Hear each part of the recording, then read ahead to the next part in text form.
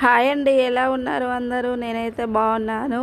అందరికీ శ్రీరామనవమి శుభాకాంక్షలు అండి. నేనైతే టెంపుల్కి వెళ్ళాను.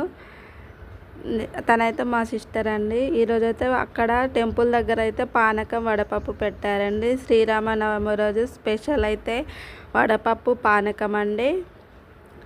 చూడండి, మా కరీంనగర్లోని హనుమాన్ టెంపుల్లో అయితే కొత్తిరాంపూర్లో వైభవంగా జరిగింది శ్రీరాముని కళ్యాణం. చూడండి,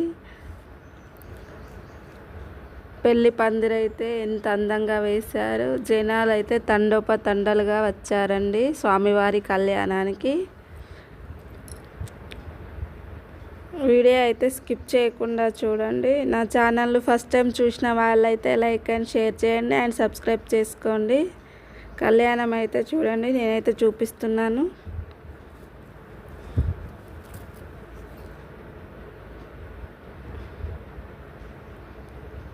జీలకర్ర బెల్లం అయితే పెడుతున్నారు అమ్మవారికి. బాసింగం అయితే కట్టారండి.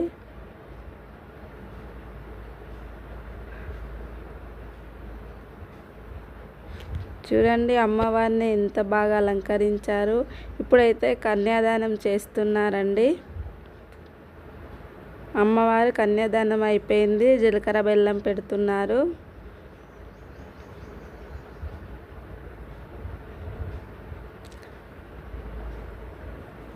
చూడండి, అమ్మవారికి తాలిబొట్టు అయితే కట్టారు. అమ్మవారిని ఎంత అందంగా అలంకరించారు చూసారా?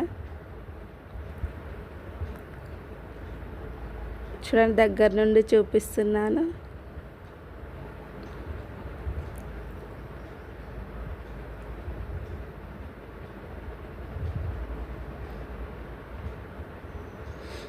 భక్తులు అయితే అధిక సంఖ్యలో వచ్చారండి. సమ్మర్ కదా, అందరికీ ఉబ్బరిస్తుందని కూలర్ కూడా అరేంజ్ చేశారు. చూడండి, జనాలు ఎంతమంది వచ్చారో.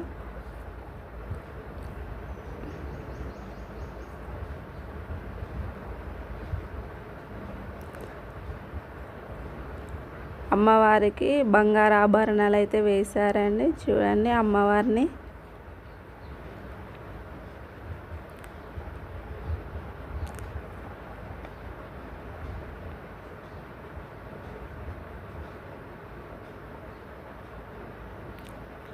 వీడియో అయితే స్కిప్ చేయకుండా చూడండి ఫ్రెండ్స్. అండ్ మీ టెంపుల్లో కళ్యాణం ఎలా అయిందో కామెంట్ చేయండి. ఇప్పుడు చూడండి, రాముడు సీతమ్మ వారు లక్ష్మణుడు సమేతంగా కనిపిస్తున్నారు.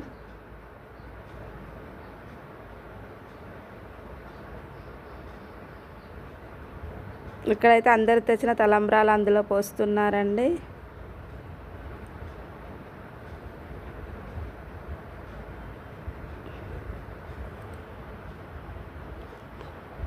చూడండి, ఇప్పుడు వాళ్ళకైతే తలంబ్రాలు పోస్తున్నారు. స్వామివారికి అమ్మవారికి ముత్యాల తలంబ్రాలు అయితే పంతులు గారు అయితే పోస్తున్నారండి.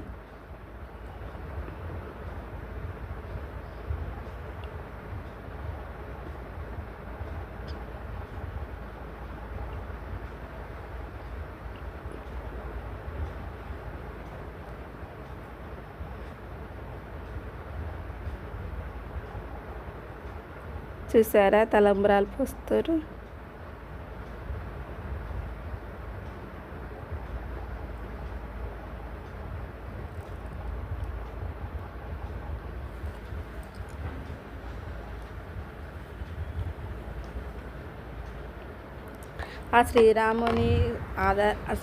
ఆ శ్రీరాముని చల్లని చూపులు మనపై ఉండాలని మనస్ఫూర్తిగా కోరుకుంటున్నానండి. అందరికీ మంచి జరగాలని వేడుకుంటున్నా friends. Okay friends, bye bye.